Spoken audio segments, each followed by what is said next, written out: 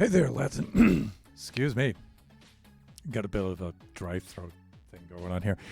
Anyways, hey there, lads and lasses. This here is Thunderhand64 coming at you live from the west coast of the United States here on a Wednesday. It is just past noontime, and that can only mean that it is time for some Generations Minecraft server. And since it's the subsequent Wednesday, last Wednesday, we were working on the survival server itself, doing a little bit of shenanigans with the drowns at the drown farm.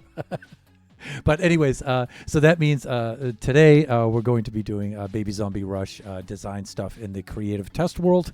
And I would like to welcome in both Cyclopsalops and our very own Princess Nebula. How are the two of you doing today? I'm very glad to see you. Let's do some quick shout outs here.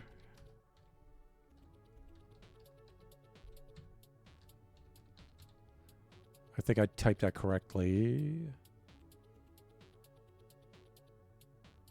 I believe I did. Let's find out. Sometimes there's also a delay too, so.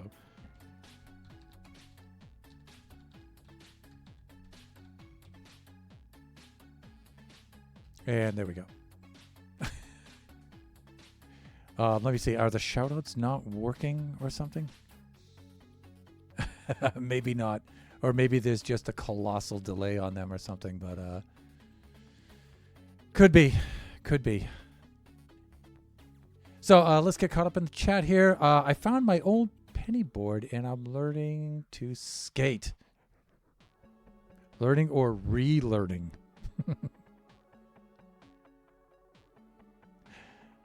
How are you doing, man? I am doing great, thanks. I'm a little bit running on the slow side a little bit today.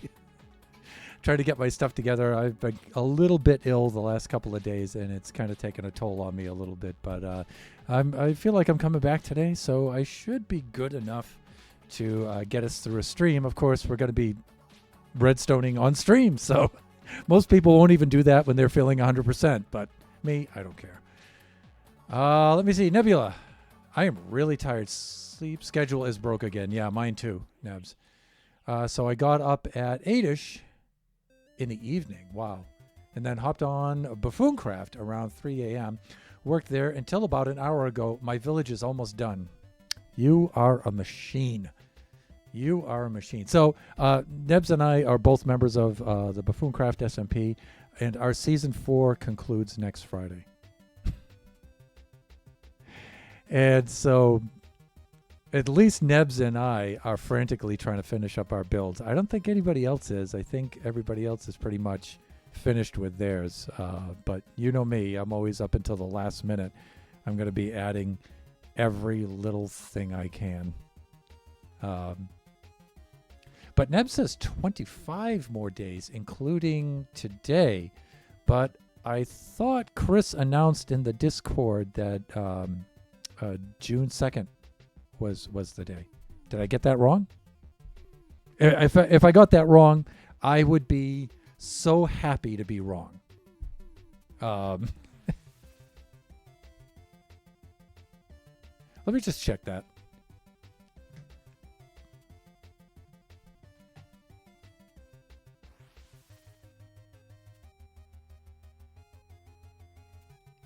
Not that I doubt you, Nebs. I fully expect to be wrong on that because in order for black holes not to swallow the Earth and the balance of the universe, I have to be wrong. So that's just a given at this point. So let me see, Buffooncraft, and I believe server announcements. It probably was in. Okay, let me see.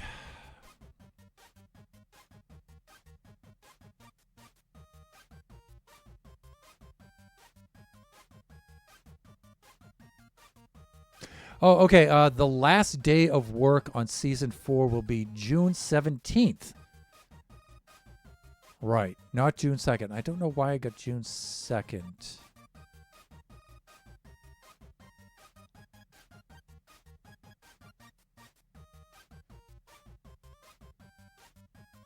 I got June 2nd because, like I said, it's really important that I have to be wrong at stuff. So, yeah, June 17th is the last day. But still, that's still not a heck of a lot of time. So, let me see. If it was June 2nd, I would be frantic and even more crazy. Well, hey, welcome to my world for the last 2 days. Somehow I got June 2nd in my head, and I've been going nuts. I have made a lot of progress, though. But now there's actually hope of being able to finish up the one part of my base that I was hoping to finish before the end of the season. So I still won't be able to do all the things I wanted to do, but I'm just going to have to choose like one or maybe two things and just be satisfied with that. So then I believe, now correct me if I'm wrong again, but I believe there'll be a hiatus between Season 4 and the beginning of Season 5. I think Season 5 will start, I'm thinking midway through July somewhere like that. I, of course, will be in Taiwan, so I'll very likely miss the opening of Season 5. So I don't know. Maybe I'll be back in time. I'm only going to be in Taiwan for 2 weeks, so that'll be the first 2 weeks of July. So.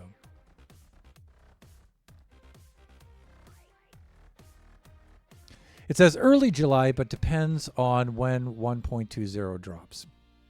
Yeah. So I'm probably going to, at the very most, I'll probably miss 2 weeks. Maybe if I'm lucky, I'll only miss 1 week. But somehow I have the feeling that Season 5 is going to be much shorter than Season 4. Season 4 was a long season. We were granted a lot of time. Some of us are very grateful for that. Others are really frustrated by that. But I feel Season 5 is going to actually wind up being much shorter. Definitely less than a year. That's just my... Bro, I want to go to Taiwan. Taiwan is an awesome place to visit. Taiwan is a really cool Asian place to visit for foreigners. Yeah, for non-Asian people, if you're American, if you're UK, if you're European, it's a very, very friendly place. So if you learn just a few Chinese words, they get really excited, and they're very, very helpful. It's a cool place. All of the quarantine stuff has been lifted now. You'll find it's a really cool place. If you ever get a chance to go, I highly recommend it. I really do. Okay, let us switch over to the display cam and let us get into some Redstone. Okay, so when last we left off, we were working on a countdown timer. And I've never built these before at all. And so I'm trying to puzzle out some ideas. I could look up some tutorials, and I did actually. I looked up a couple of builds that had similar kinds of things, but again, I couldn't find anything right off the bat. Now, one or two of you will just jump right on and say, here's one right here, boom. But I don't know. I think I know how to use a search engine, and I searched and searched and searched, and I just couldn't find anything specific for a countdown timer with lamps, where all the lamps are lit, and then after 12 seconds the first one goes off, after 24 seconds the second one goes off, and so forth until none of them go off, and then a redstone signal goes out and something happens. I don't know. I mean, well, what do you type in for that? You go into YouTube, Minecraft, redstone, a timing circuit, countdown circuit, redstone lamp countdown circuit. I mean, that's what anybody's going to type, right? And haven't really come up with anything. So, you know, I got to design one myself, which is going to take a while, but it's going to be cool. We're going to learn how to do it, and I do have some ideas, and there are some things, some related redstone kinds of circuits and things that I know that are related to that. And so maybe we can manipulate those and get those kinds of things going. And there might be, just putting a little warning out there, there might be a little bit of math involved, a little bit, but I'll try not to be too brutal with you guys. I don't think I ever am, but boy, sometimes the way you guys react with all the drama, it's just a little algebra, people. Just calm down. It's going to be fine. It's going to be fine. All right. So let's, first of all, do a little recap of what we're doing here.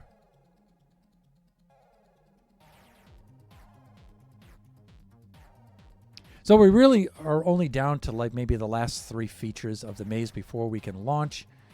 The idea is the player chances upon the oasis, which I put in quotes because oasis usually saves you from dying.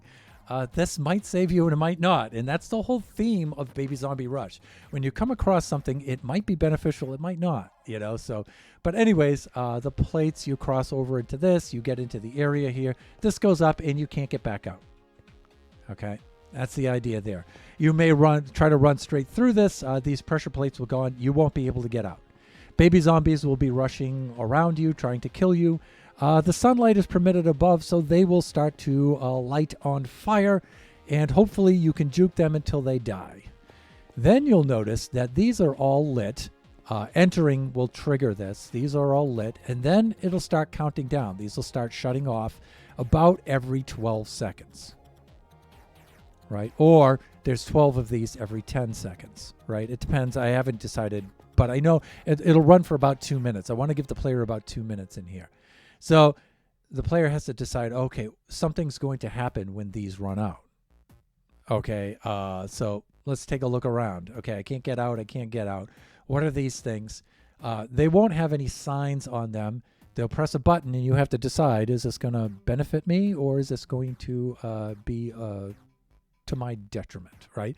So you press it, and this one has regen potion. This one has health, and this one has speed. So they, in this case, they'll be beneficial things, all 3 of them. In other cases, though, they might not. So each contestant will be different, right?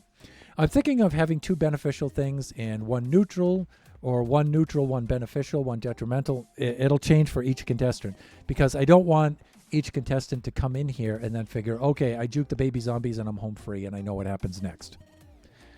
No, I'll change it up. But the main function of this place, it'll function the same way each time, though. So also where this is located might be different too. This particular layout that I have has it in the center of the maze, which is kind of appropriate, but it may be shifted off to one of the sides a little bit somewhere. And because I don't want potential contestants to look at this and figure everything out ahead of time and then make their run for it with I would say an unentertaining amount of prior knowledge. Let's put it that way. So, but that's what we're trying to do. And so the first step of this is to get the countdown timer with the lights to work. That's step 1. And I have a couple of ways I've been thinking about doing that.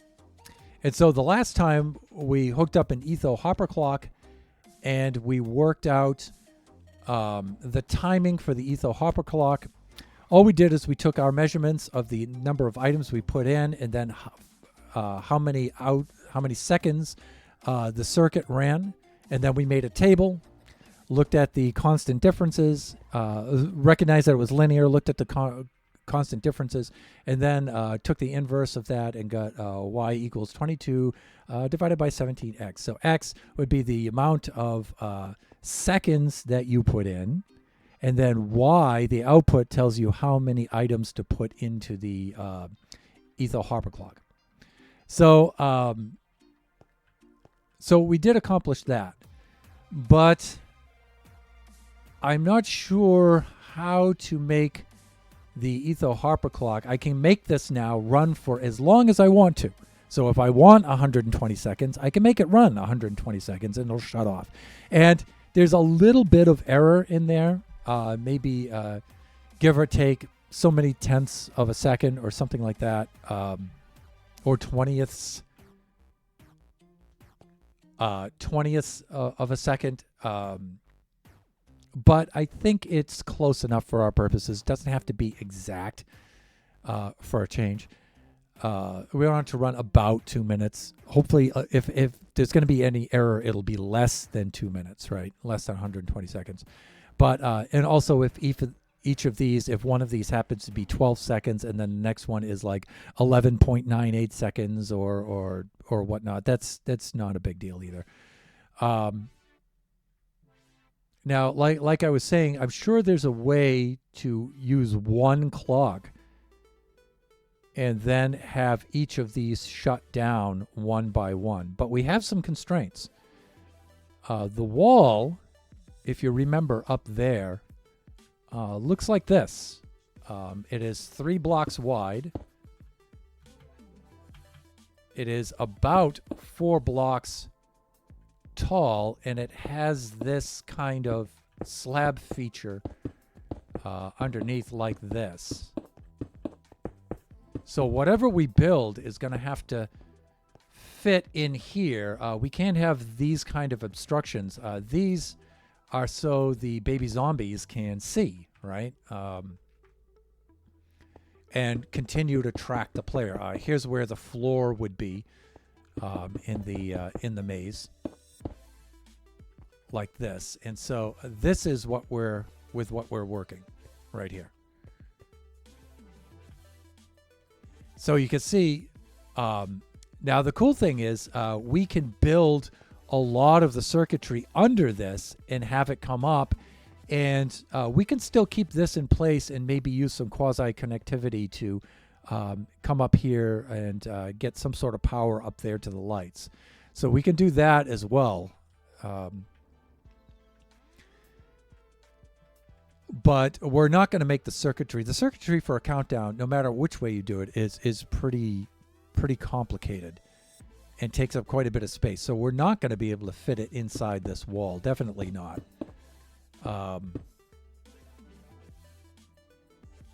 So the circuitry is going to have to be built mainly underneath, and the power is going to have to be run up to the lamps. So what I was thinking on doing is, you can look at this and you could see what I was thinking on doing was preloading a dispenser with a certain amount of items. Now we'll have to time a dispenser too, but I think the timing is pretty much the same as the Etho Hopper clock. I'm not sure. I think it is, but we can test that using the same method, right? Measure the inputs, measure the outputs, look for, it should be linear, so we should have constant differences, make an equation, and we're good there, right? So then we can load each hopper with different the differing amounts of I say hopper, each dispenser with the differing amounts of items, and then send a pulse through. It starts the dispenser dispensing the items, and then and while it's dispensing, the power keeps the light on, and then when it's done dispensing, it shuts off and shuts off the light. So that's what I'm looking at, and so I'm thinking each dispenser will do that all the way down.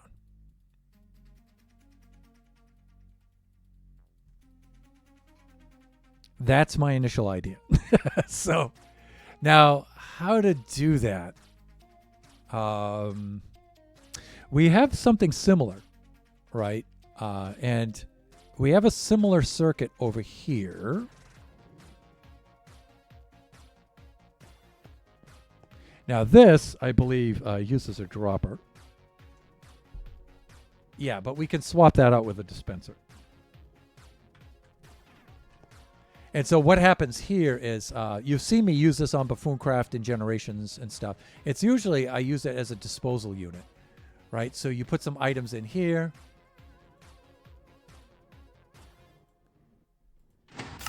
And it runs until the items are ejected, and then it shuts off, which is exactly what we want it to do, right? I mean, that's the kind of thing that's going to happen.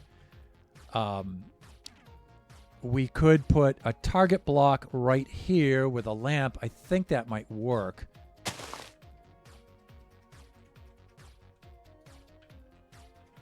Will this work like this? It might.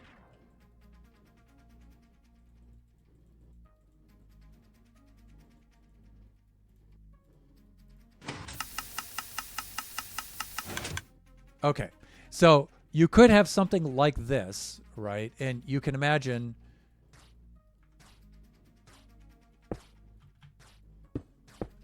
the wall being something like this, right?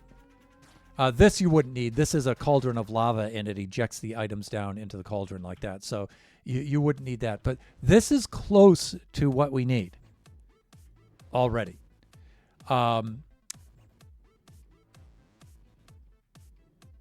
So I don't really know how we're going to go about getting. I mean, I'm thinking on having the items preloaded into the dispenser, and then the contestant running across the plates that drop the wall and let them in will send a pulse through and activate this circuit. But I think what's going to have to happen is we're going to have the items stored somewhere else. A circuit comes in and injects the items into the dispenser. But that kind of does what the dispenser does anyway. So it's similar to this, but not quite. You can see, so we're almost there. We almost have what we need. We're very, very close. So we just have to alter that and make that work and do what we want it to do over here. So I think one of the first things to do is just to, number one, recreate that circuit over here so we don't have to keep going back and forth, right? So these things are pretty easy to do.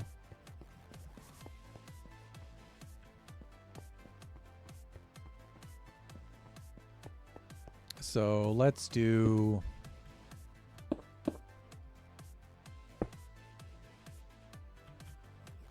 Let's give ourselves a little bit of room here. Like that. Okay, so that works like that. You're going to need something to read the dispenser, so we need a comparator.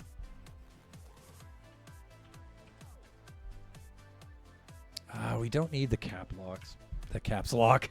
Hands, we don't need that. There we go. Yeah, we already have the comparator in our hand anyway. Okay, fine, whatever. Whatever. And we come over to here. Okay, that's good like that. Okay, here we're going to need a piston. Do I have any in my... I don't think we do. So, stick A right there. And let me see.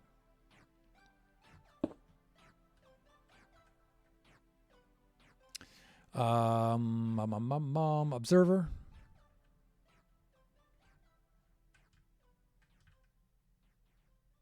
There we go. And you can see I've already built this really over there. I've already started, but it's good to have a reference one right here. Like that.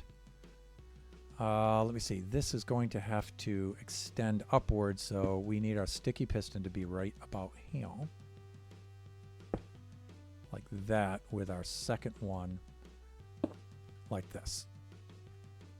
There we go. Okay, so you can see now when we take...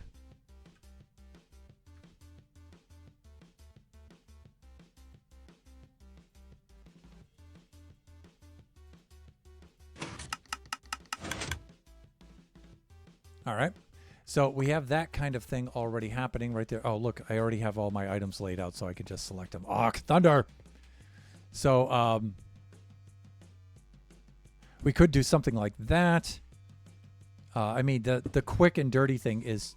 let me see. Would that work on the side like that? I don't think so. Yeah, we do need the target block.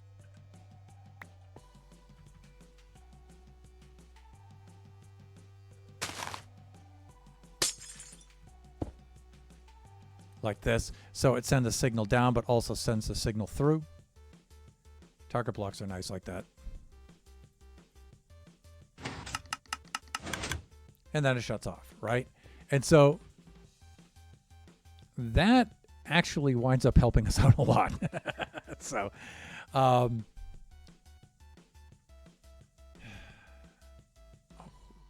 the other thing would be to figure out some sort of way now of transferring that signal up. Right, so we could get rid of this.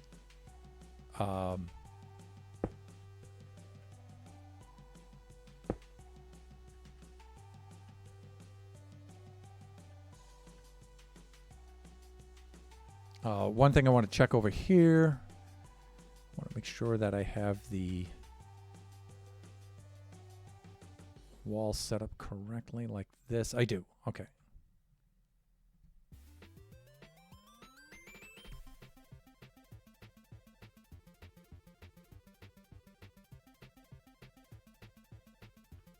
So we could, so the wall would be set up like that.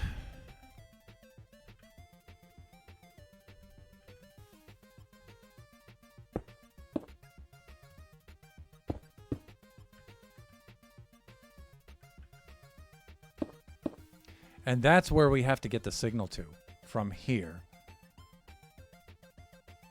There's a couple of ways we could go about that.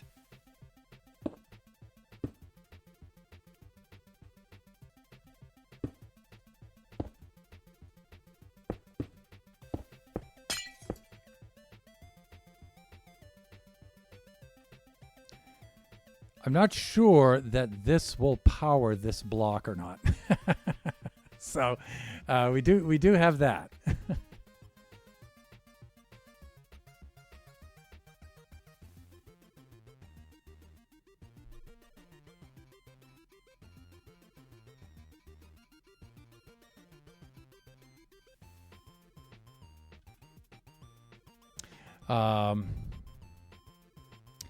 This powers this. I don't think there's enough of a signal there, right? So if we did something like that.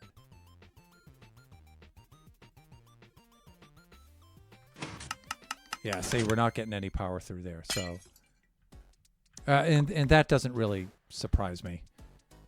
You could go up maybe.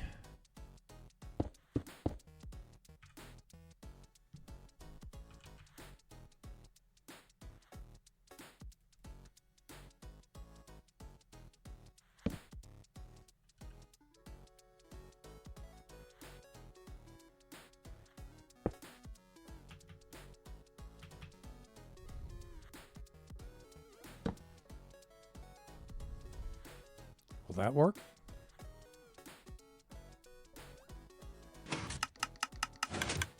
No. Not even close.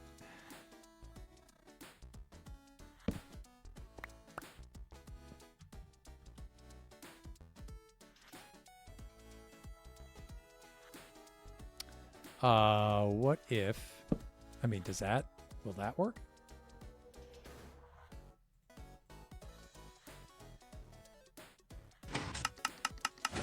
Absolutely not.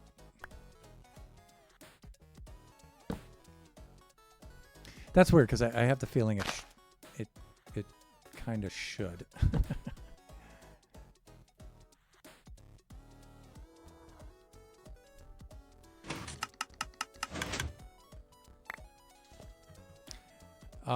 Let me think.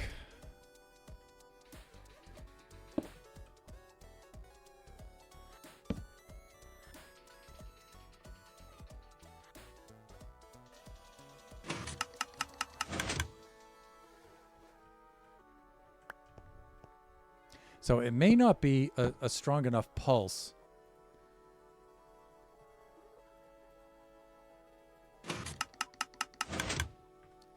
to shut off this torch. I guess if we wanted to, we could try something like that, but then this is going to power that.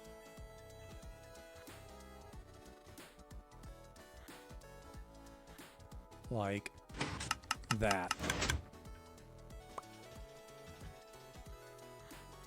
One of the other things it might be able to do is if I put this like this and that like that, that might work, right? And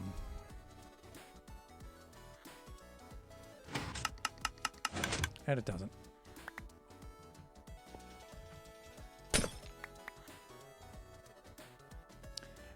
Maybe this has to be much, much lower.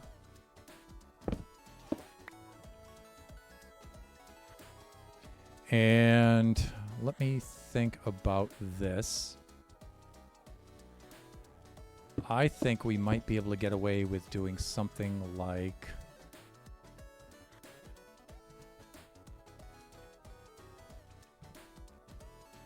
And here's what I meant about by the quasi-connectivity earlier.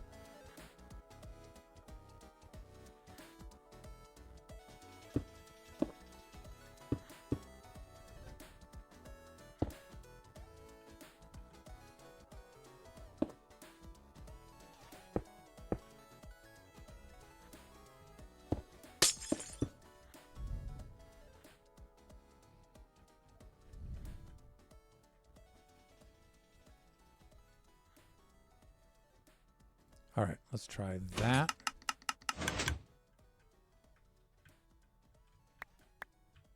Doesn't transfer up above.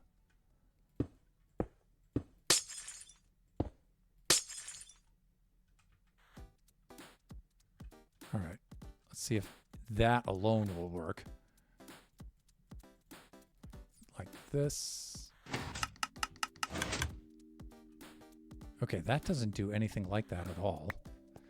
One of the other things you can do is do that, and that might power that block there. That could happen.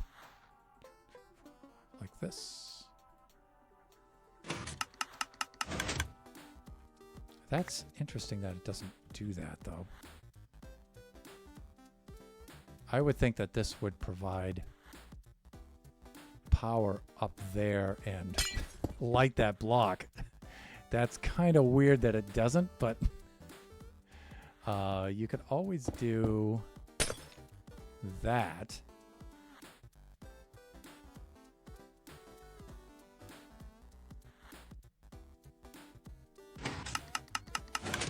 Okay, we can see that that works, right?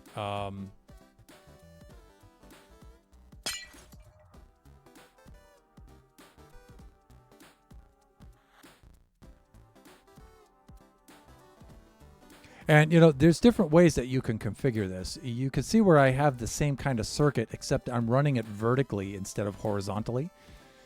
There's that kind of thing, too. So we could configure that in different ways. But actually, though, the most important thing is to try to figure out a way to turn it on and off. That's really the more important thing. And then the configuration from there can follow, right? So let us use this kind of circuit for right now. All right. And these have to follow slices. So I have to be able to put these adjacent to each other, immediately adjacent to each other, with nothing in between. Nebula says, I'm going to bed. Night, night. Let me see. 12:01. It is 2:30 in the afternoon for you, I think. So, enjoy your rest. I hope your sleep schedule gets back on track. I'm going to be in the Buffooncraft server after I finish up the stream to do some work. And I'll bop on over to your village while I'm there, Nebs, just to check out and see what kind of work you've finished over there.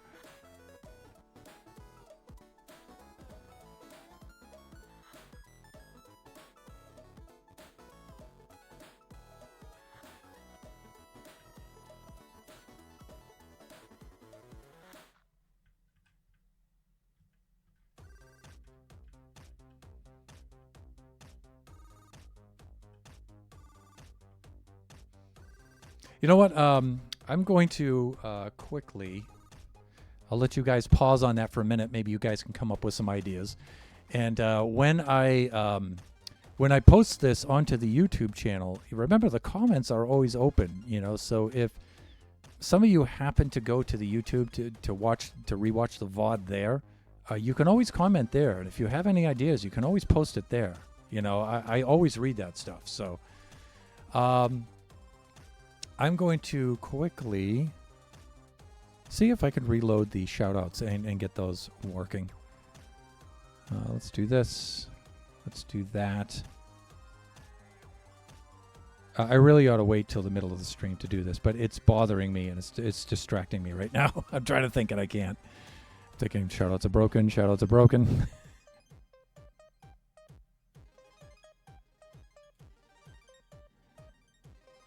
Let me see chat commands.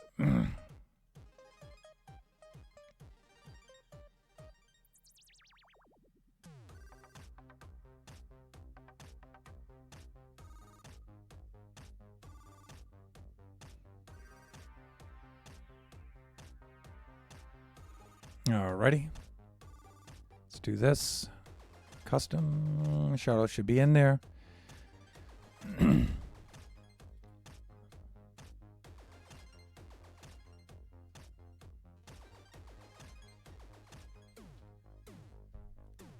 Seems like it's all right.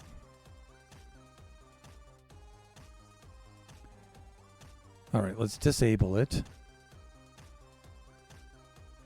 And then re-enable it. Save again, and then we'll try one more time. Let's do in order of appearance.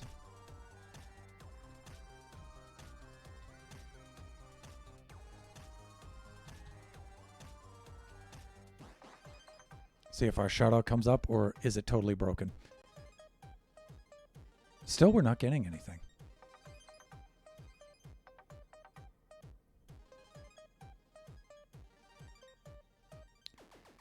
I'm wondering if this is one of those things where I have to re-sign into Twitch for whatever reason. I know I did an OBS update before the stream, and maybe I shouldn't have done that, right? You know what? Maybe if I shut down OBS and start it back up again, but that means I'll have to stop the stream to do that. So I'm sure the update has something to do with it. So I shouldn't have updated before the stream. I'm like, should I do this or not? Yeah, why not? Future reference? No, don't update before the stream. I think I've been streaming long enough to have learned that by now, but all right. So back to this. One of the other things we have to do too is figure out a way to load the dispensers. But who knows? Maybe dispensers is not the way to go for this. But I'm sure there's a better way to do it.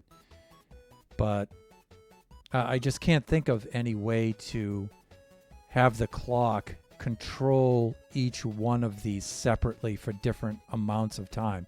If I do a comparator circuit, I'm thinking a comparator circuit for each one of these would be so huge, and I don't see how I could fit them side by side to access each lamp. That would be really hard to do. I know one thing I can do is I can put a repeater in front of each lamp to keep the lamps from bleeding into each other. I can do that. In fact, maybe I should install just like one or two of those right now, just so I'll remind myself about that. Repeat. Like this. No, that's not how you type repeat. See, this is what I don't like about the hands, right? I can spell repeat. R-E-P-E-A-T. Repeat. And it's like, can you just type that, hands? I mean, I could spell, just let me do it, for God's sake. All right, so we'll do something like this. And hopefully the idea is that if I power this one, it doesn't bleed into that one, right? So there's that kind of a thing. And we may have to do something with height or something to keep these separate from each other, right? So there might be that.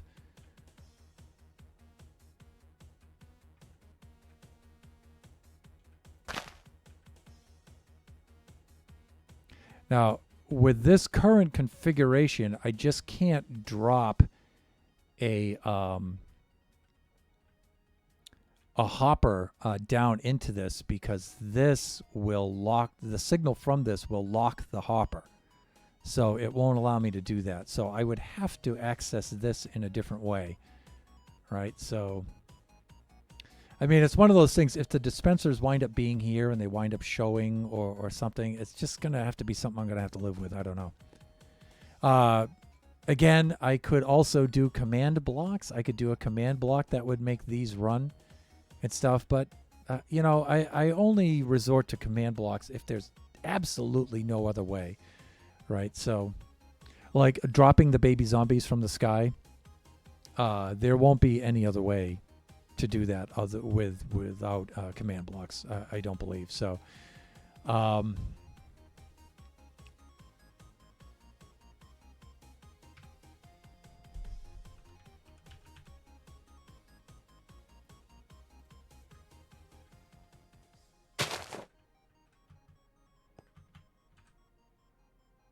But again, you know, if you guys happen to go over to the YouTube channel, that's the Thunderhand 64_gaming2, where we keep the VOD archives. You know, you guys can always type in your ideas there too.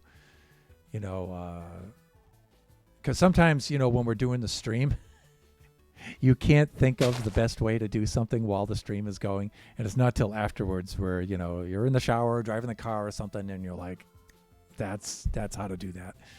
Right, so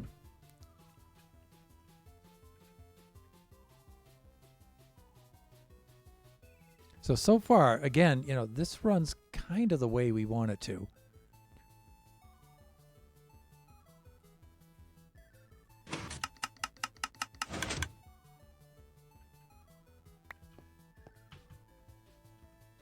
But something has to trigger this. And I'm thinking that something is putting items into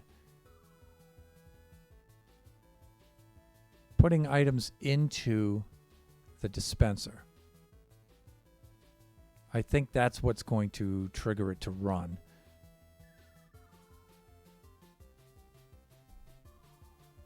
Also getting, you know, so if I can't think of this right now, I keep moving on to the next thing if I can.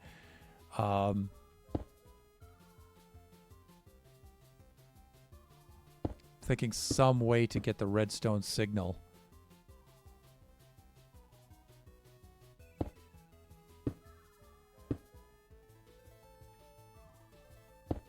up to where it needs to go.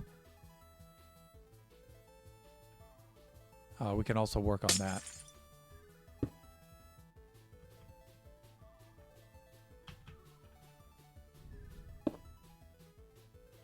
So the floor would be like right here, for example. The wall would be there-ish. That would be the lamp.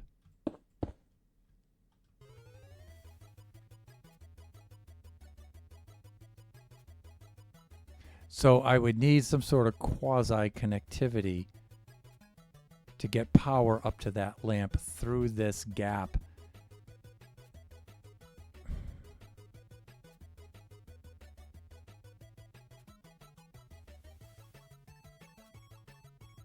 I mean, well,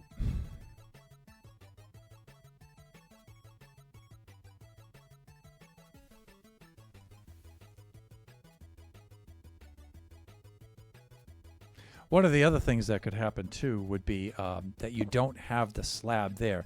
If you have a slab here and a slab here and you're on the outside like this, it's sort of noticeable, but it's not that bad, I feel. And the baby zombies can still see. And so to have a block being pushed up against this block wouldn't be a bad idea, right? Put maybe a dot of redstone behind it like that.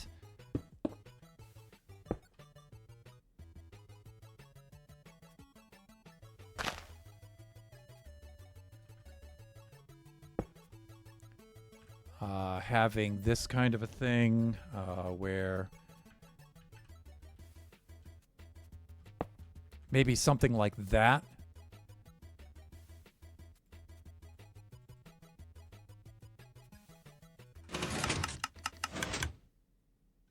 Now, one thing we'll need, though, is we would need a repeater before this to slow this circuit down. So it'll push the block up and then pull the block down. That would mean moving this system back a little bit more, or moving this forward a little bit more. All right, I think it's easier to move this forward. So we'll do that. And even like one block might do it.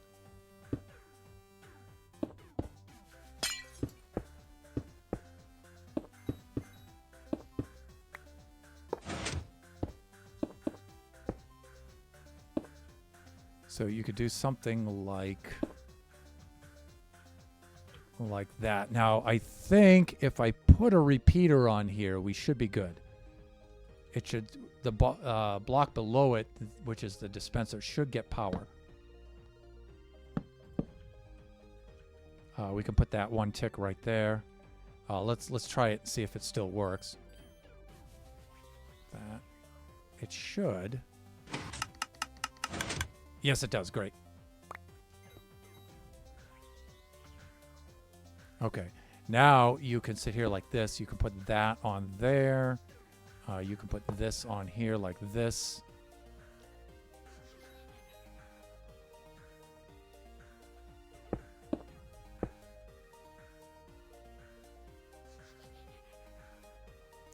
Okay, I think I had that kind of an idea.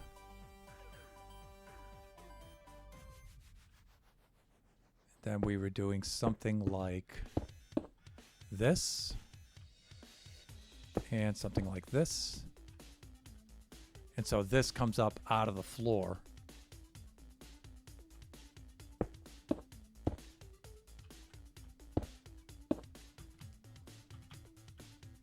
Like that. If we have a piece of redstone on this, that should do it. Have the other block for the wall be right about here. I'm thinking something like that. Right, so there's the slice.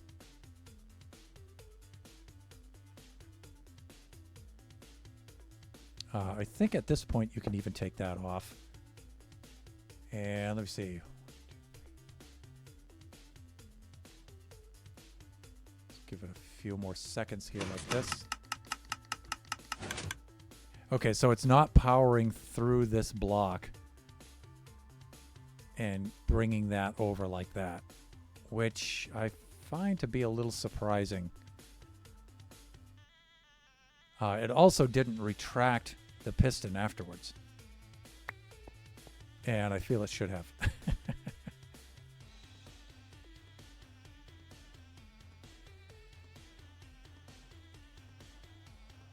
So it's like, oh, wait a minute. I remember.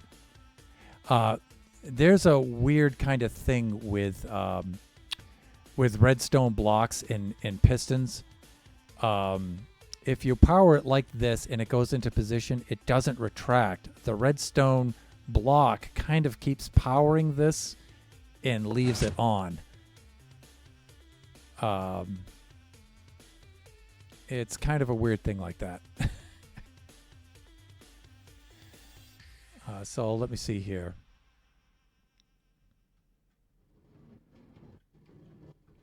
Yeah, so that kind of a thing isn't going to work with the redstone block unless I remember how that thing works. How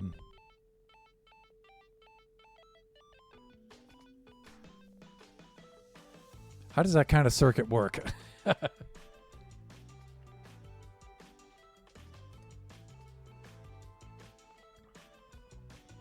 Lone Star, dude! How are you doing? How are things going? Good to see you. I would do a Doing well. How are you? I am doing awesome, even though I'm puzzling through Redstone on stream, which most people won't dare to do. Um, I'm doing fine, and doing that much more better for having you drop by. Sir, I would be glad to give you a shout out. My shout outs seem to be broken right now.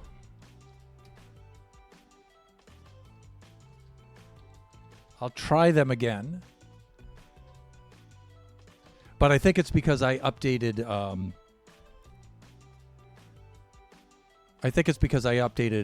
OBS before my stream.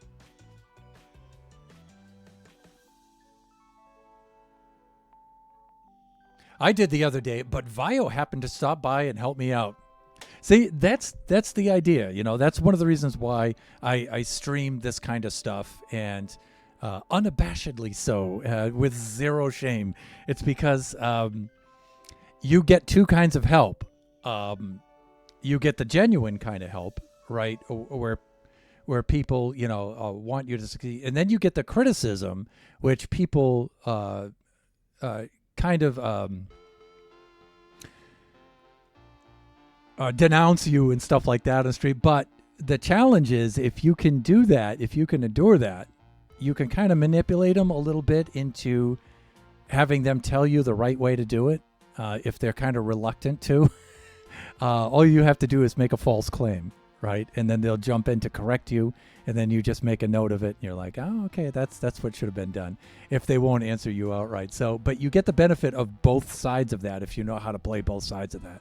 So, but the thing is, you have to be like really emotionally secure to be able to handle that. I'm lucky I'm really old, so I can do that. But there's a lot of really prominent streamers and content creators who will not do Redstone on stream, for like Tango Tech won't do that. I'm not saying I'm better than him in any kind of way for it. I'm just saying, they won't do it. They have reputations that they need to protect and stuff like that. Me, I don't have any reputation at all, so it's like, yeah, I'd rather just, I'm so focused on the end result that I don't care how we get there. So thank you for the shout out. Yeah, I wish the shout out would work, and I'm sorry for that. I would actually have to stop the stream and then restart it and everything, and I don't feel like doing that. So, but please go check out Lone Star, Minecraft streamer, and variety game streamer, I believe, right? You do play other games too. So, and a viewing friend of the Buffoons, has been for quite some time.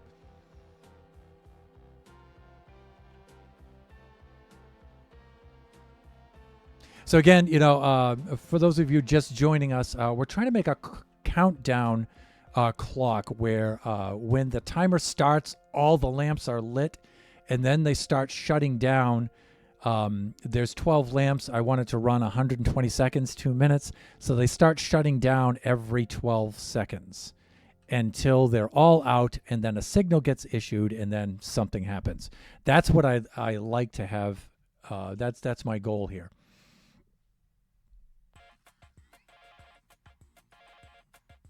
It might have worked if you spelt my name correctly. Actually, it always works. No matter how the name is spelled. You have 2 R's there, so I'll retype it, but it'll just give a shout out to the incorrectly spelt name. But it also wouldn't do Nebula's name. It also wouldn't do Cyclopsolops's name. But we can retry it.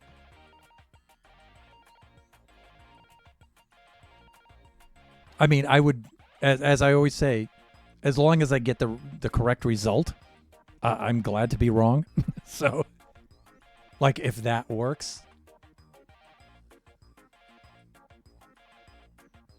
And it doesn't.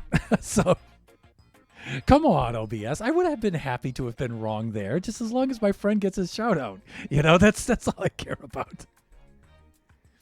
So, I just opened up my Stream Elements page, and disabled and re-enabled the custom commands. And so, yeah, that didn't do it.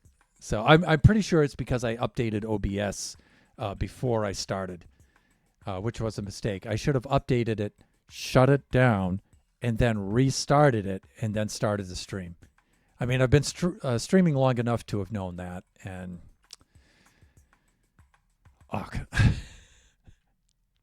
now I forget how to make this piston with a redstone block extend and retract. Making it extend is no problem, but making it retract is a bit of a problem. Now, I have done that on another feature up here, and I just have to remember how I did that.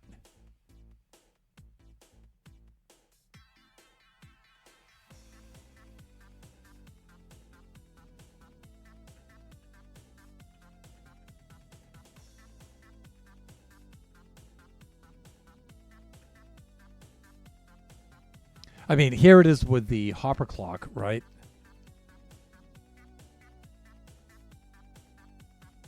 But this doesn't actually retract the block. What happens is the non-sticky piston just pushes it back over here,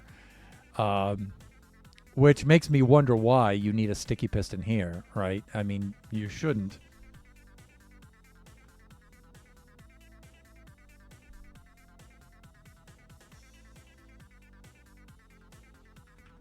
Right. If that were the case, these could be two regular pistons.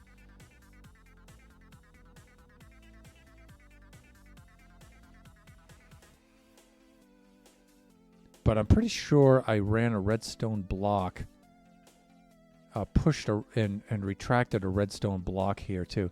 And it might be a timing thing too, where you have to put an extra tick in place, but I did put a repeater in place to compensate for that. It also might be like a honey block kind of deal where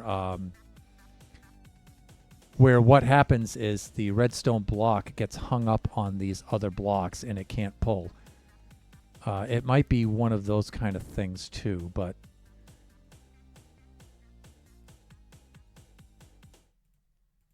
like that.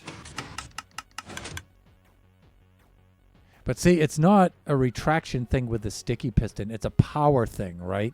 Where the redstone block is now powering this through this and keeping that extended. So, so redstone block might not be the way to go here.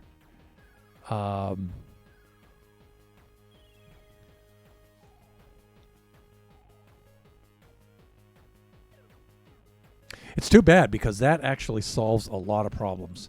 But I just forget how that redstone block circuit runs. And usually when I have something like that in place, I will make a little model of it right here and keep it in. I sort of have a museum of redstone circuits over there. So because I'm old and my brain can't hold those in storage, so what I usually do is I keep it over there. That way I could just fly over there and look at it and then duplicate it over here as many times as I need to. But you could see where that would solve a lot of problems there.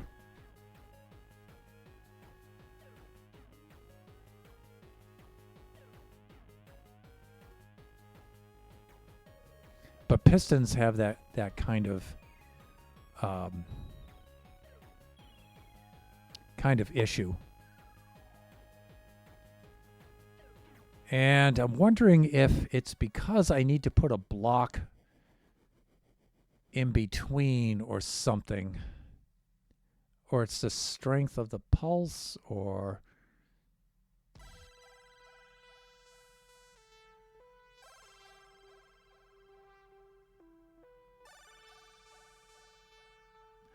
I wonder if I need another signal to come through and pull it down to counter the redstone block signal.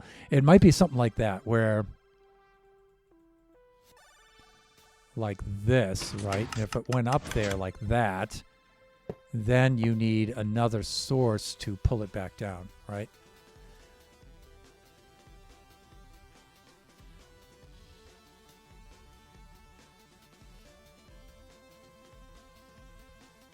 Wow, it won't even let me place the button. at all.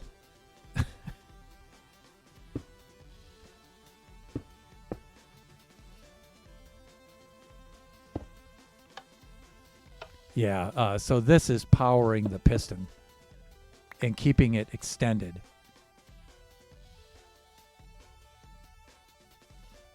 So this could be one of those things where, you know what? Actually, the double action might do it, right? Where the tick is so fast, it pushes it up there and retracts, and then the double action pushes it up there and pulls it down. Yeah, it could be something like that. So if I wind up doing that kind of a thing,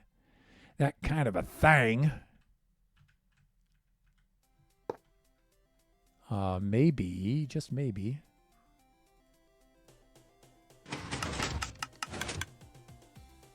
Yeah, not quite.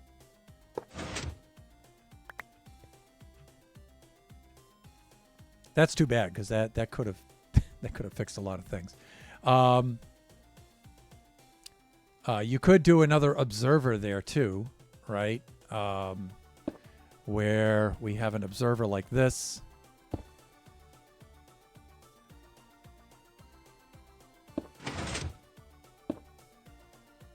Oh, I just ruined that.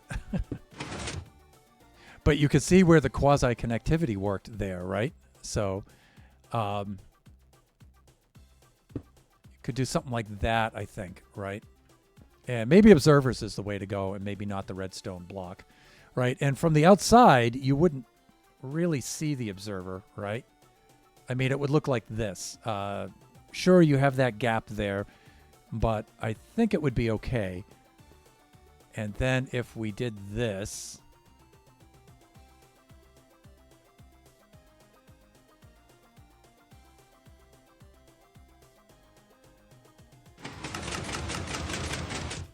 I mean, it's noisy as all heck, but it definitely works. So let me see. So you could do something like that. It's just noisy as all heck, right?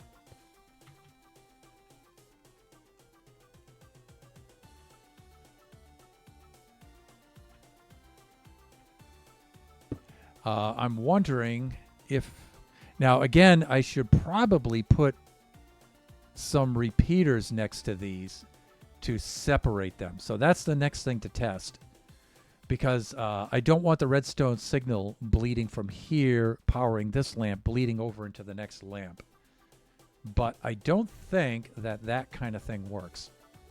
I think we need to install an extra block in there, which makes this circuit even bigger.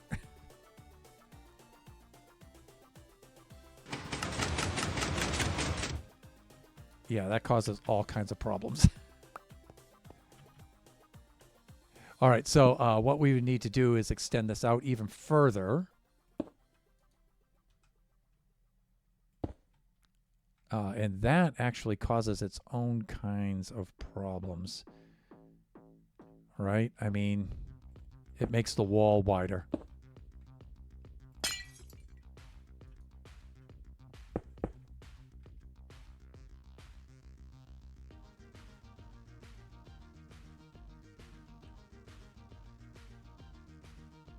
Yep, that causes more problems.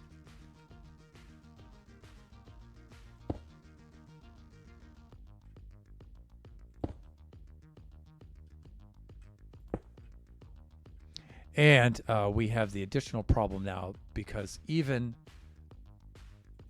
though this does this, the redstone signal will bleed into the next observer over here without any insulation between them. Not cool.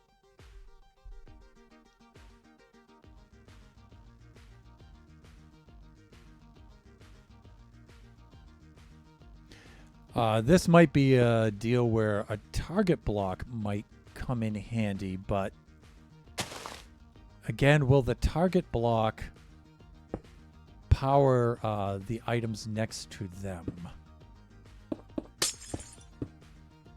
So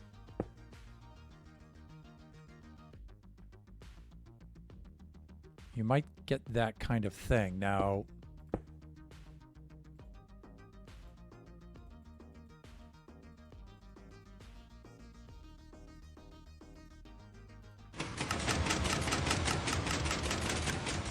Okay. This has to be one tick back. I remember. All right. Um,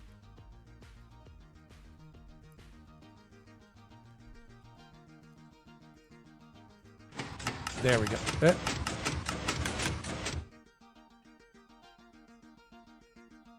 There was a way that you could. Oh, you need a comparator. That's why. So if I put a comparator on the back side of this coming out, running this,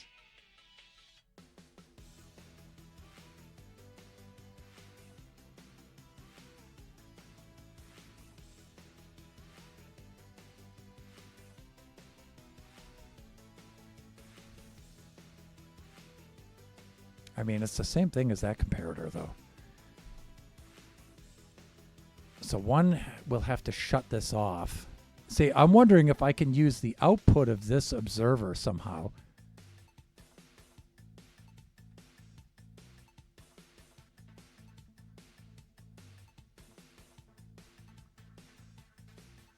See, I already have a comparator piston observer set up running off of this. I'm wondering if I can use this to run the lamp as well.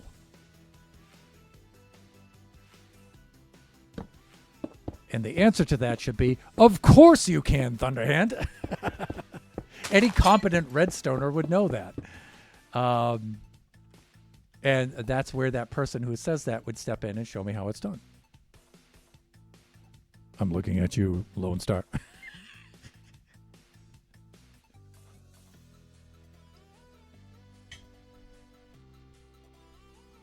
I'm kidding, dude. Don't worry, I'll take this one for the team.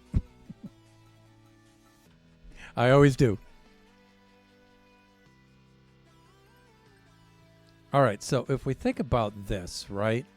The cool thing is the output from this circuit runs right across here.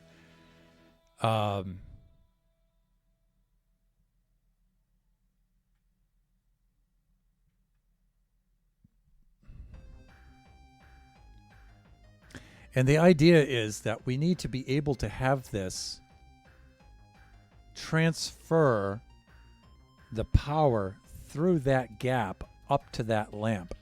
So again, you know, if it's just lighting a lamp, you know, I mean, this works just fine, right? And then you have that like that, but the problem is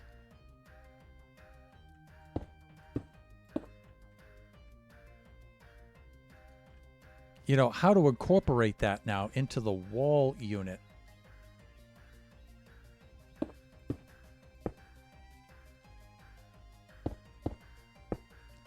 Like this, right? I mean, you see that gap right there. And again, the wall unit is only 3 wide. So all of this has to be flipped, right, horizontally in order, like at least 90 degrees in order to have it work from below. So I'm thinking on having this come up.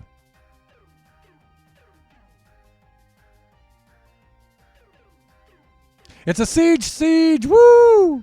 Lurk for post-stream stuff. Absolutely, sir. Thank you so much for the raid. Good to see you. You certainly, you know, chill, get yourself a drink, relax. I greatly, greatly appreciate the lurk. Yeah, see, I can tell OBS that update I did before. None of my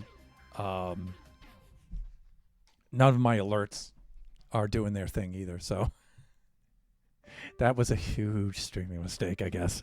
You know, I also should have switched into standing mode by now, probably about 13 minutes ago. So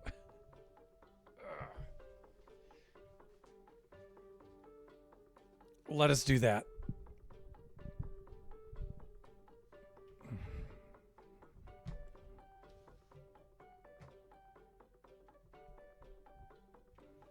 I'm sure you guys saw the raid notice. I just didn't see it. You guys can confirm that if you would.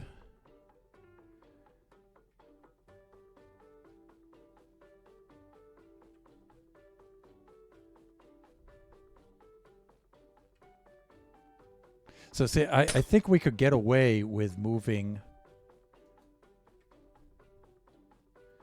that up by that much. If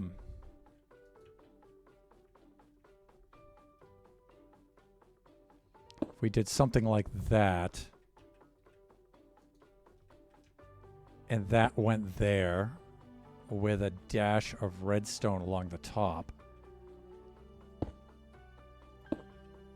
Like that, and then we came over to here, grabbed a slab.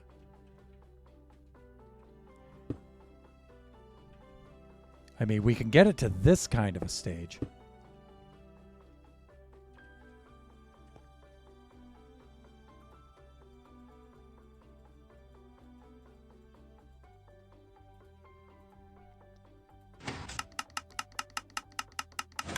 See, that's very, very close. I like that. It's really close. But of course, you have this business and stuff. So we need some sort of quasi connectivity stuff going on here. All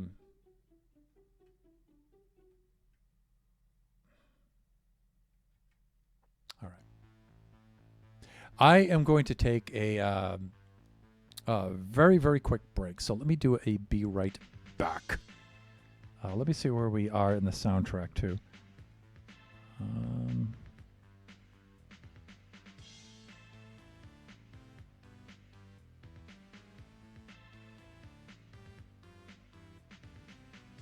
Okay, yeah, we're good. All right, I'm going to do a be right back.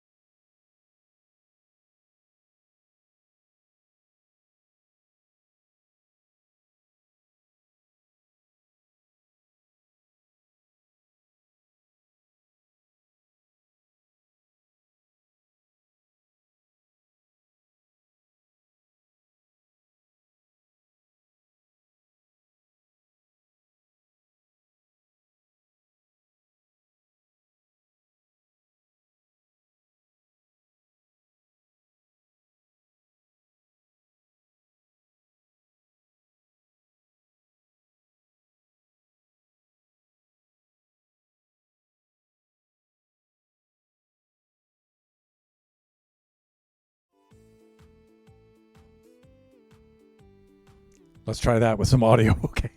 And we are back. Okay.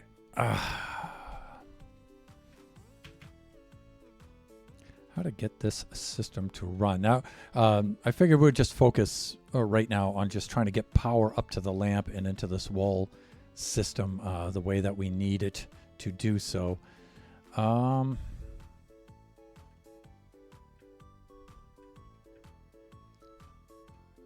We could take this whole thing and flip it on its side, kind of like I was trying to do over here. And again, I'm not sure, repeater might be the way to go here, but maybe not.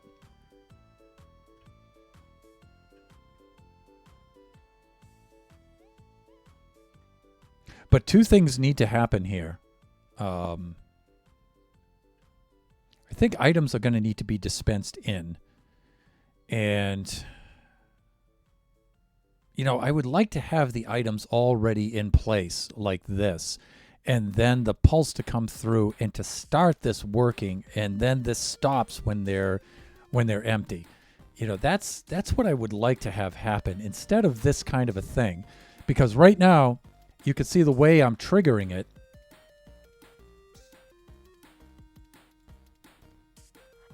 Right? Is I'm putting items in. And that's what triggers it.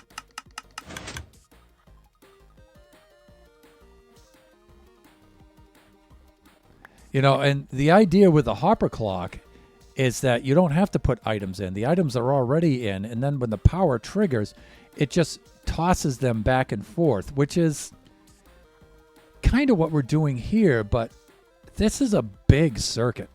I mean, it's as compact as it can be, but it's a big circuit. And I can't see having 12 of those side by side like that. Dispensers are much smaller and much more compact. This circuit, I can make 12 slices of them. So that's what I'm thinking, but I don't know. Maybe that's really, really wrong. So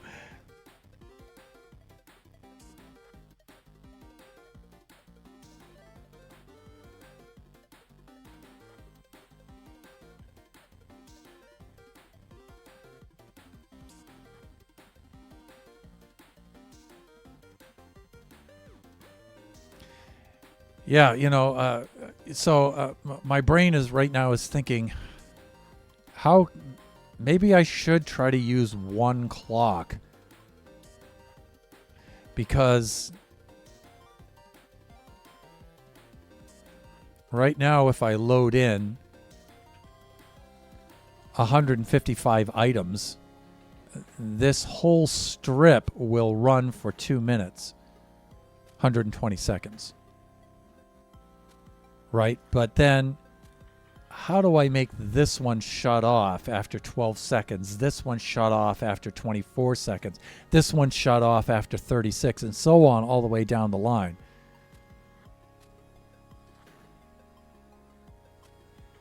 And the way I'm thinking is dispensers, right? So I would replace all of these lamps with dispensers.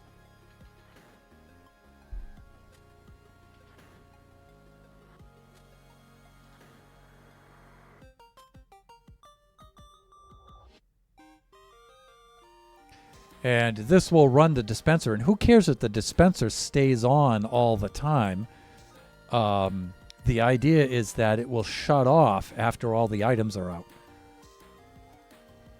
Right, so if we did something like replaced this output with dispensers, if this output went across the top, it would stay lit for 120 seconds, but the moment that the dispensers ran out, the light would shut off, right? So if you did this kind of a thing,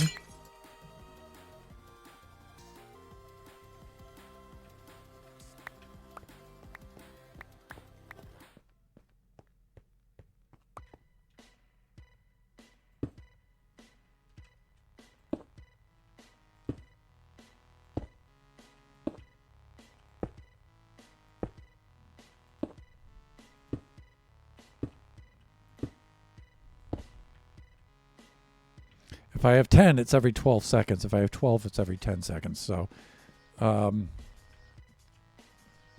to think which one would run better.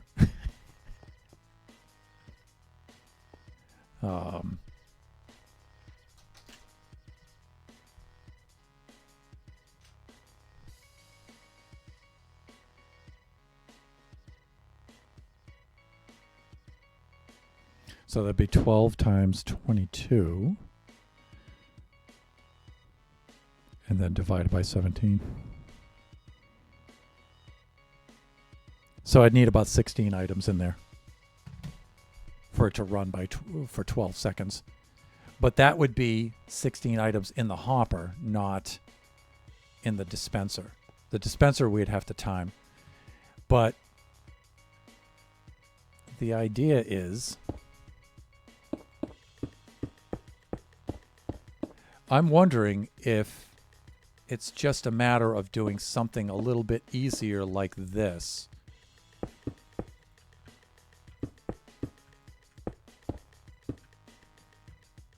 And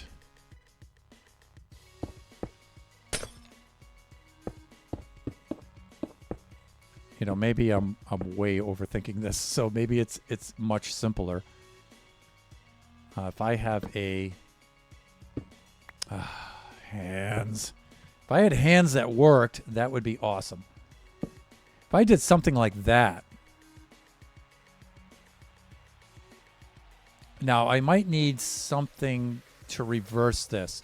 And subtract mode actually doesn't do it. So what I might need is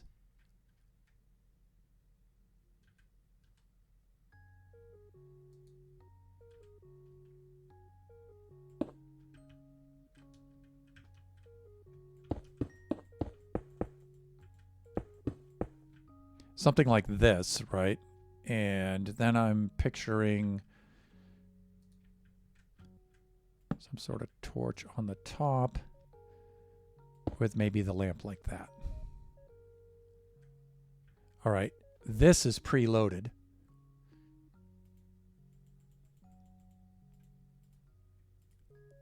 Like that. All right, if it's preloaded, then this is starts in the off position, right? So we have something like that. And then what happens here is once this is engaged, that doesn't run.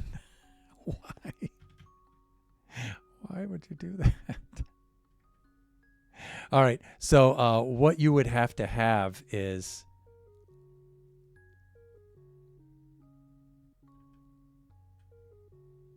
this would have to be sending out a full pulse, which is what this is. Oh, I don't have any items in here. That's right. Okay.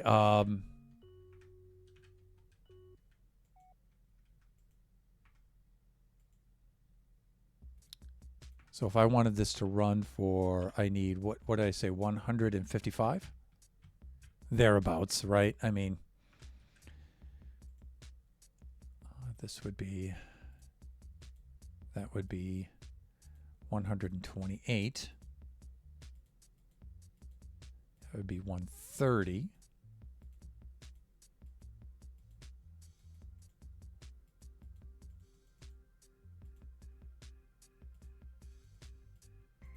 That would be 150.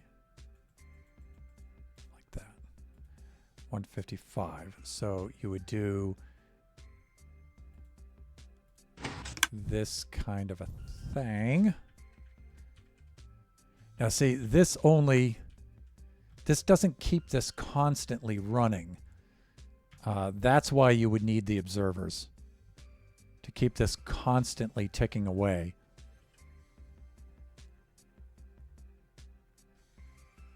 All right. So what would have to happen here would be this would have to activate a piston, pushing an observer up.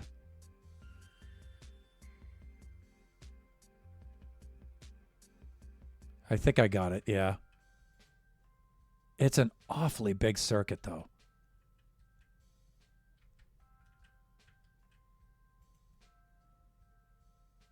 Yeah, it's a very big circuit.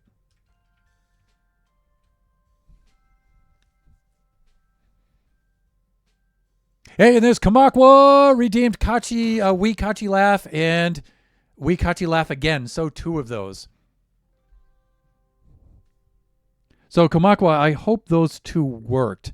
I did an OBS update before the stream, which I should not have done, and so it's like the alerts are not working. It's like my shoutouts aren't working. Nothing is working. I should never have done an update before the stream. I should have done an update. I should have opened OBS, did the update, closed OBS, opened OBS again, and then started the stream. So none of that stuff is working. Let me do a. Indeed, I couldn't agree more, Lone Star. Also, we got to be careful with a family-friendly language because what am I trying to say? Stream Elements is the bot isn't working for that, so I probably shouldn't say that on the stream, right? Because then I'm going to get rated with a bunch of jerks. But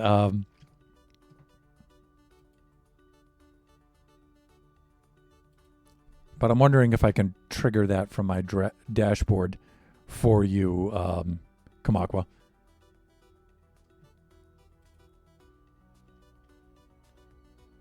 Let me try that.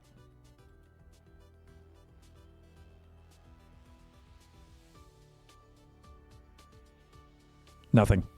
Yeah, OBS is broken. So, Kamakwa, I'll give you those points back. So, I owe you 2,000 points back for that.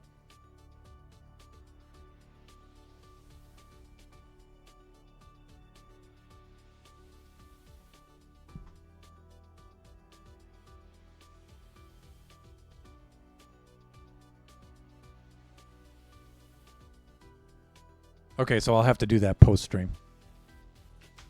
How am I doing on time, by the way? I have about 19 minutes left of the stream. So yeah, I'm thinking, wow, this thing is going to be noisy as all heck, though. Wow, this thing is going to be so noisy.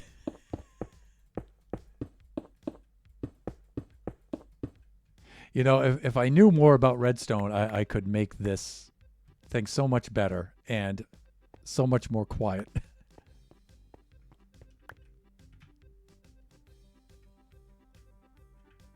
I remember Mumbo in season 7, I think it was, built something similar to this, but his countdown went for days and I think weeks, actually. His countdown went for, whereas I only want mine to go for 120 seconds. So, but he had a similar thing where each day it counted down and one of these shut off. Or it may have been the other way around. Each one, they lit as the days proceeded. The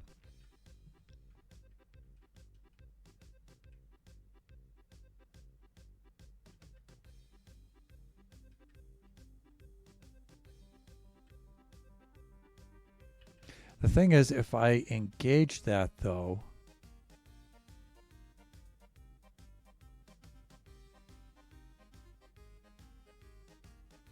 I mean, how do I make that shut off afterwards? And this is how I'm thinking with this.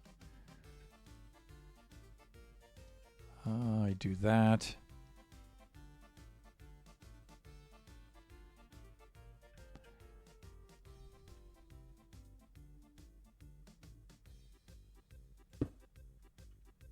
Do I have a row of repeaters running these? Let's try the 1 first, and let's see if we can get the 1 to run properly. Could do that.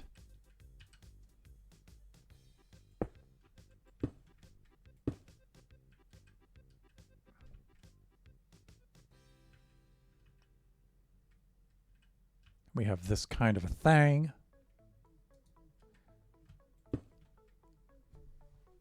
So Kuma, I'm going to put in the shout out. It's not going to work, but at least people will see me typing it in on the chat. So you should definitely go now. It's people at least can see the shout out command when I type it in. So I'll just do a verbal one. So you should definitely go out and check out Kumakwa, multi game streamer, a really funny guy. We've been in each other's streams for a long time now. So please do yourself a favor and go have some laughs over at Kumakwa's place when he's streaming next. You'll not be disappointed. Really funny guy. And sometimes we stream things together too, or at least participate. I've been over in his streams a number of times. Sometimes he'll do this end of the month game where we'll play something like Bean Battles, and Kachi and I will get in there and do some crazy stuff with those guys. And it's always a good time. Always a good time.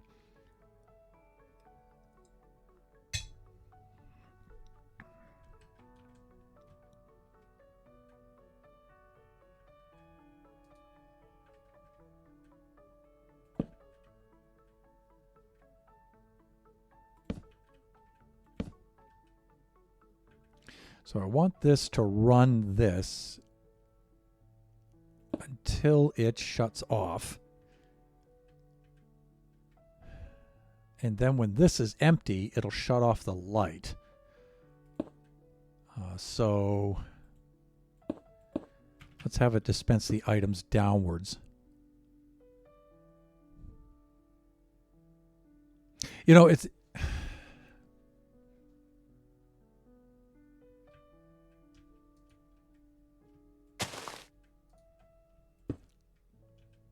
I mean, that's the easy way to do it.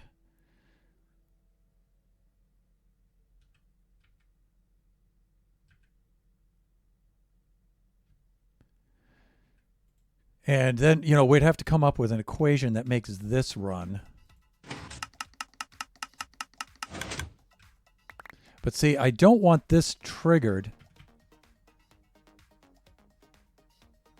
So maybe we take out the comparator from that side.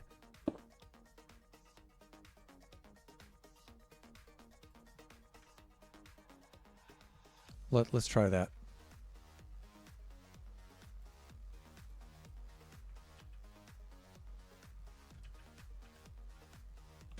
Turning on the Etho Hopper clock. Okay. So here's the deal with this. We actually need the comparator to come off of this and run the light. So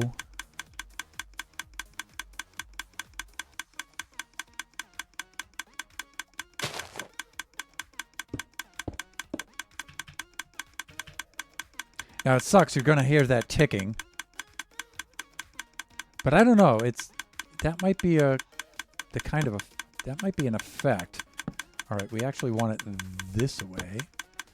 And then we can put the lamp here.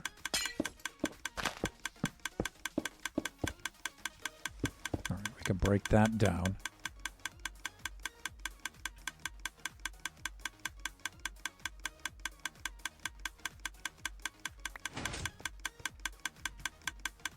All right, so as long as this is running, it'll turn the lamp on. And then afterwards, the lamp will go off. I think this is what we want. So we got to wait for this to shut off. And it's almost there.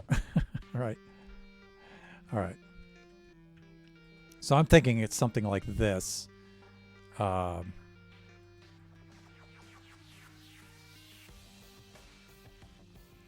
Like this. There we go.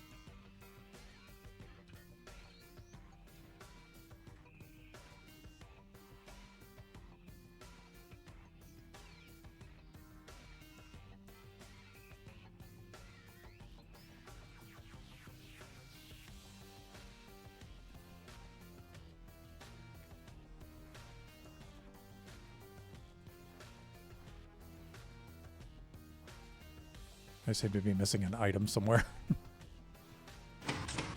Close enough, though. Okay, that actually works.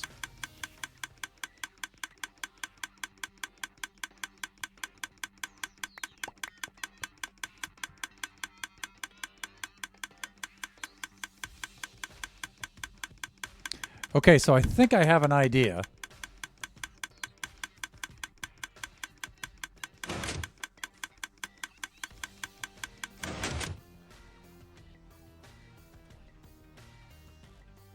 All right, we almost have this.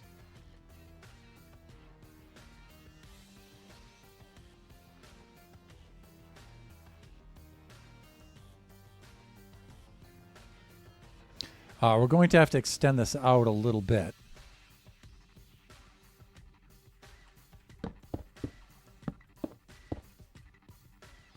Our output here is going to have to... let's try this.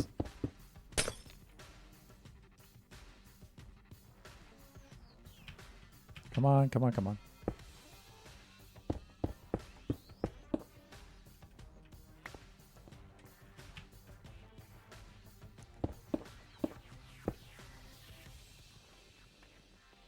In fact, let's go in the other direction so we can save ourselves some room. I could also turn 90 degrees with this, but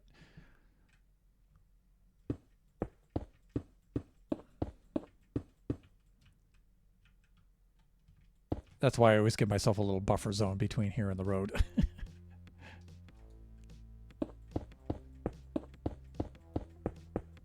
Like this. I think we're going to need a repeater on each one of these. And then, you know, we can work on making the circuit more compact afterwards. Let's just get it to function first.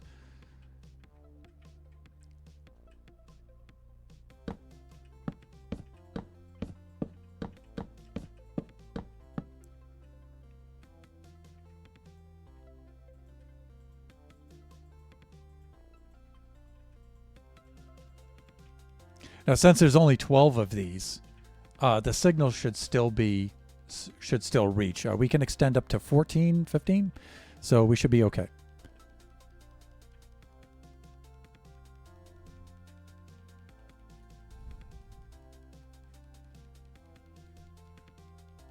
Now all I have to do is get one of these into position, and then the other ones are easier.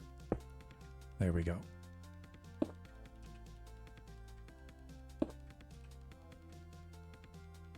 Awk. But not much easier.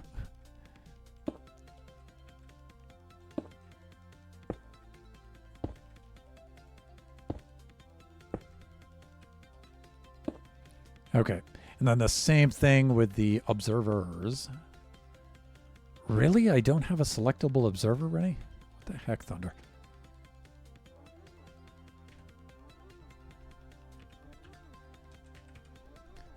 Like this. Let's just slap one of these down so I can do a quick select when I need it. Okay, so we do something like this. These all have to go here.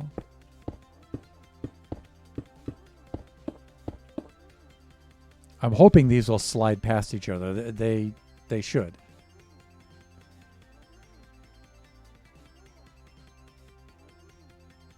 Also, there might be an easier way to do this with less components, where one piston will come up and power all of the... Yeah, I'm overkilling this big time, but it's all right. Let's do it the dumb way first, and then we'll smarten it up.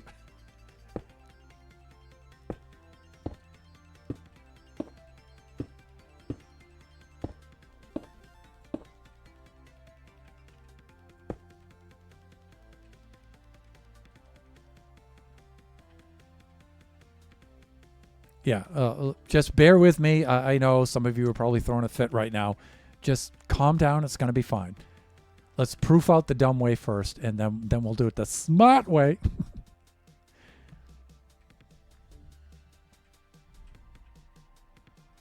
Let me see. I want to do this.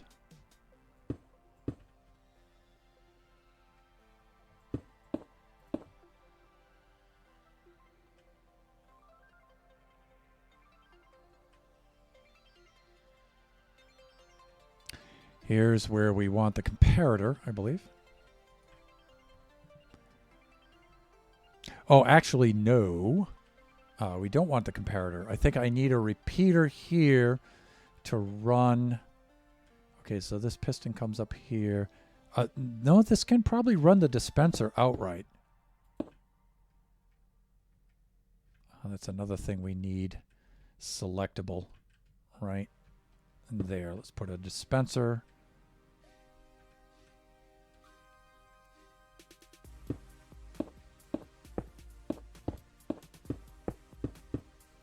Like this. And the idea is the dispensers have different amounts of items in them, right?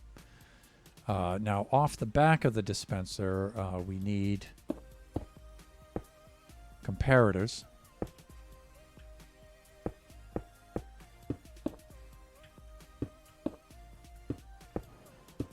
Like that. We need to read the dispenser, so we're in the right direction there. Like this, and then we need the lights.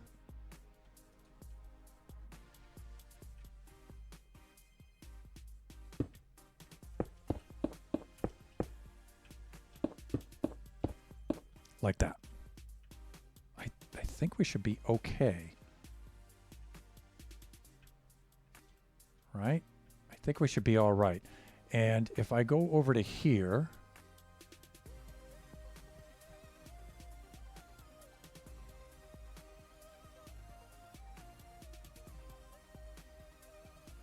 and then say I do, and let's just do them in.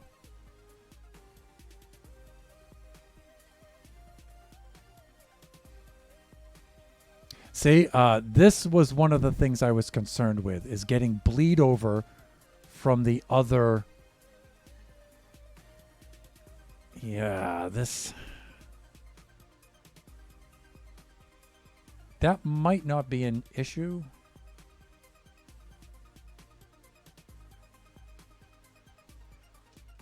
Because once this one shuts off, it'll no longer be bleeding through this one. And this one runs longer than that one. So it might not be an issue. All right, let's just try these three.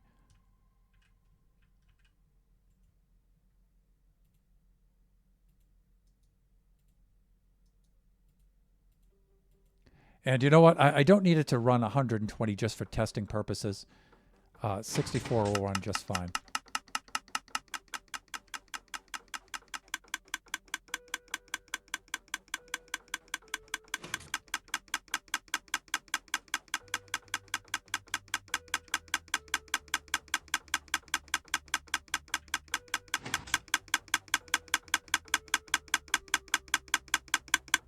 Okay, so that does cause a problem.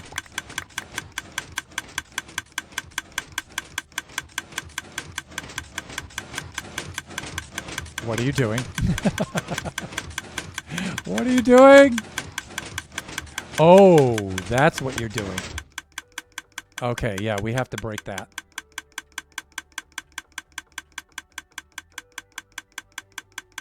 Oh, why are you not retracting back down? Oh, because of that? Okay, right. So, yeah, it'll feed back into that line.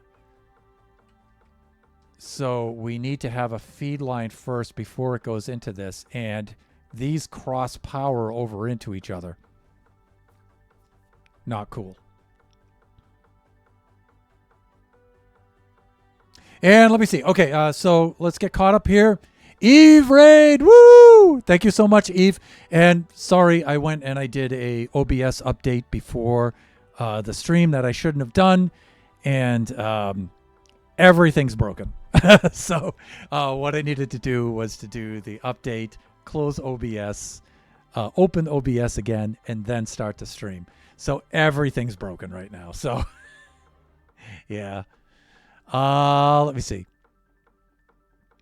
Let me scroll on back here. Shut,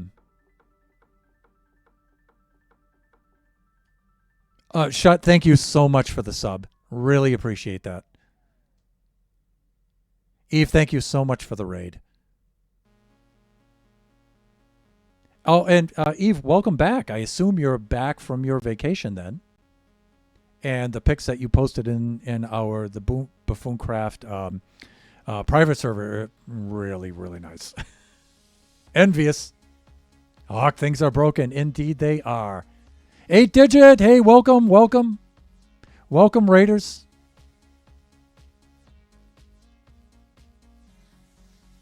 Super, super cool. I'm going to at least, what I've been doing is at least typing in the shout outs and giving verbal shout outs since I don't want to stop the stream and restart it. So, first of all, shout out for Call Me Eve Gaming. And again, you won't see the notification come up, but at least you can see me typing into chat. Please go check out fellow Buffoon and good friend, Call Me Eve. Done quite a bit of work together in Buffooncraft and Buffoon Skies and stuff. Please go check her out. She's super, super fun. And, of course, our friend and moderator, the mighty Shut a Mountain, the mountain man himself.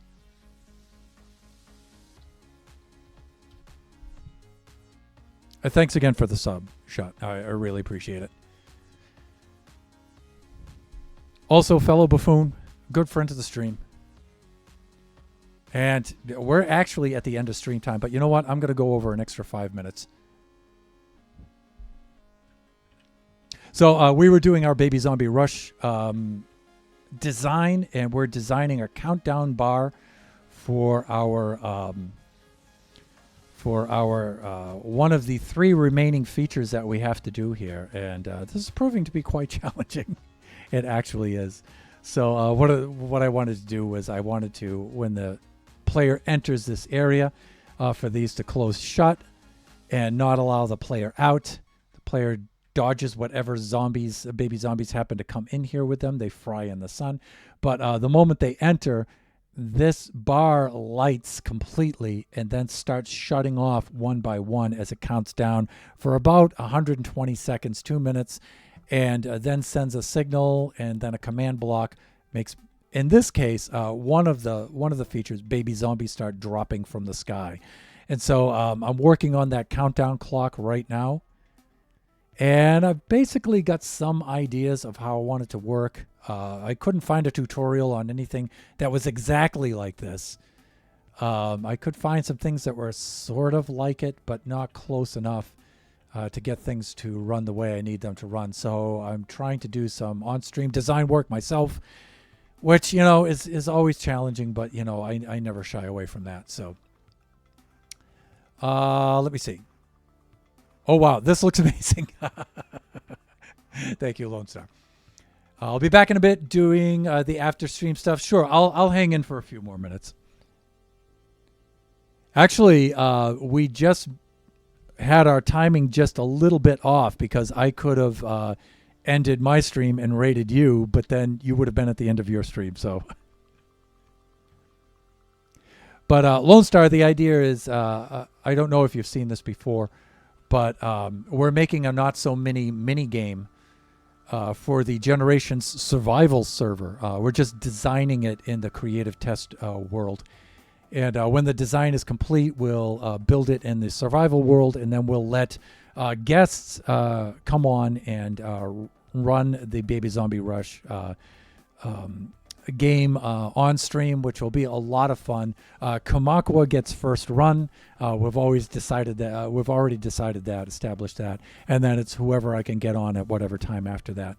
The maze will be slightly different for each contestant. That's one of the design features, is to make it so I can swap some things around fairly easily.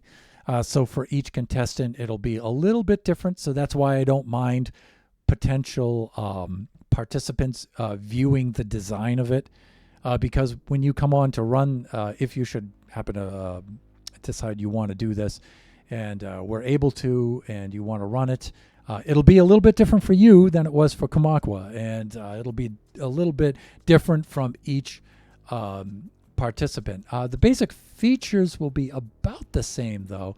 Things will be in different places. As far as different items will be beneficial, neutral, or detrimental. Some of those things might change, right?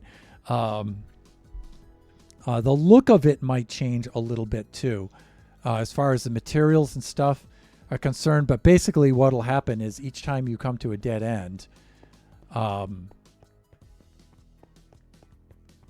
the dead ends will be in different places, of course.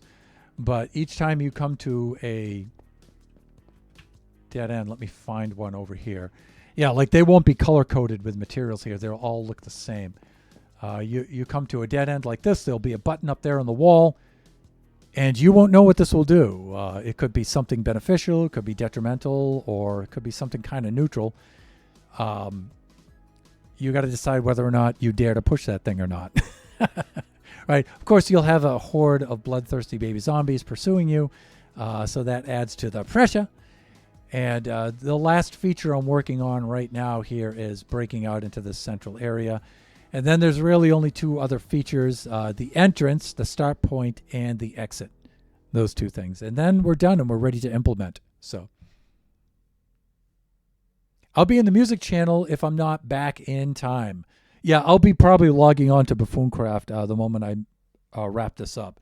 Because Buffooncraft, we're running out of time for Season 4. Season 4 ends June 17th, I learned today. And so we have to finish up our building in there. So Lone Star, I just got an ad just as you started telling me about it. That's what VODs are for, my friend. And sorry for that ad, but that's ads. They're something we have to deal with here in Twitch. But basically, we invite participants on to run the maze here. And it'll be different each time for each participant. The basic features, we have these dead-end traps, or they're not necessarily traps. Some of them are, some of them aren't. Some of them are, we'll call them features, right? They have these dead-end features. All the buttons kind of look the same. You press it, it could be something beneficial, detrimental, or somewhat neutral. Right, and we have things that where the floor opens up and you fall into lava. We have something over here of which I'm particularly proud. You come through here, and this anvil launching machine launches anvils at you. And again, if you could dodge the anvils, it's a kind of neutral thing. They could kill baby zombies. They could kill you, kind of thing. If you survive that, you come back out into the maze. And there are other things that happen. You come over here, dispensers will dispense a Ravager out at you, will come running through the maze at you. But, there's also potions of speed, health potions, weapons that you can use, things like that, right? Some dispense more baby zombies, things like that. The maze is just about done. You can see I've hidden all the redstone underneath and on the outer walls, right? All the redstone circuits are under here. We've had a number of viewers have offered suggestions for design things. Draken, had I believe, did either the TNT room or the creeper room, where the floor drops out, you drop into the pit, and then creepers get dispensed out at you and blow you up, or just TNT gets dispensed out at you. You can see some of those rooms here. I don't know if this is the TNT room or the creeper room, but you have another one over there. You have a lava room. Just ridiculous things happen, right? And the way I'm thinking on running it is having 3 attempts, and instead of restocking each maze each time for 3 runs, I'm thinking of building 3 identical mazes, having them all stocked up and ready to go. And the player runs one, they die, they just respawn at the next one and run through again, and then the third one and run through 3 times. And then there'll be a rubric, because, teacher, you got to have a rubric, right? And that's how we'll score points, right? Did you get through the entire maze, right? What was your time? How many times did you die, right? Well, 3 times, right? But we might do something like that. So I haven't really decided on the scoring yet. But that's where we're at. And again, I would like to remind viewers, I not only save the VODs on Twitch, they're only up there for 14 days. They expire after that. But then I upload the VODs to our YouTube channel, Thunderhand64_gaming2, and they're up there forever. So if you have suggestions or solutions for our Redstone machines, you can post them in the comments on the YouTube. Greatly appreciate that. That always helps out. I can't guarantee that I'll use all of them, but I always read every single one. So with that, I think we ought to wrap up the stream. We're quite a bit over right now.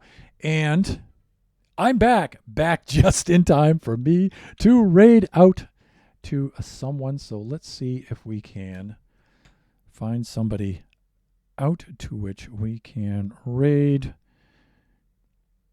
Okay, well, Flying Villager is on right now, so we're definitely going over there. So I usually have a raid message in here, but it's not going to work right now. So, boy, I'm wondering if the raid itself will work. Hopefully. Let's try it out.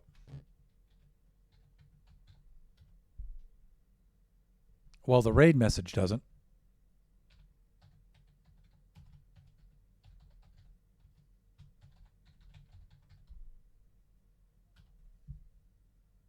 Okay, at least the raid works. So I've already started the raid out to Flying Villager, a fellow buffoon, good friend. When Villager gets together with anybody, there's just laughter constantly. You should check out the Buffoon Skies and Buffoon Craft VODs. They're hilarious. Let's see. So that's already counting down. With that, I'll just launch into my outro. Just remember that we do this Baby Zombie Rush generation stream every Wednesday from noon to 2 Pacific Standard Time. Let me see. Since we did Baby Zombie Rush design, next Wednesday we'll be building in the survival world. Let me see. The next stream will be Friday from 3 to 5 p.m. Pacific Standard Time. That'll be Buffooncraft SMP, finishing up our Season 4 build. And the stream after that will be Kachi time on Sunday from 4 to 6 p.m. Pacific Standard Time. Kachi will very likely be doing Roblox. He's doing some really exciting game development in Roblox with his friends. They've developed themselves a little studio and a game that they're working on. They're doing all the Lua, C-Pound coding in it and everything. Those guys are super, super impressive. I'm so proud of Kachi for that. So please come by on Sunday for that. Let us stream out now to Flying Villager. Thank you, everybody, for the subs and the raids. I really appreciate it. Again, apologize for things being broken. See you again next time.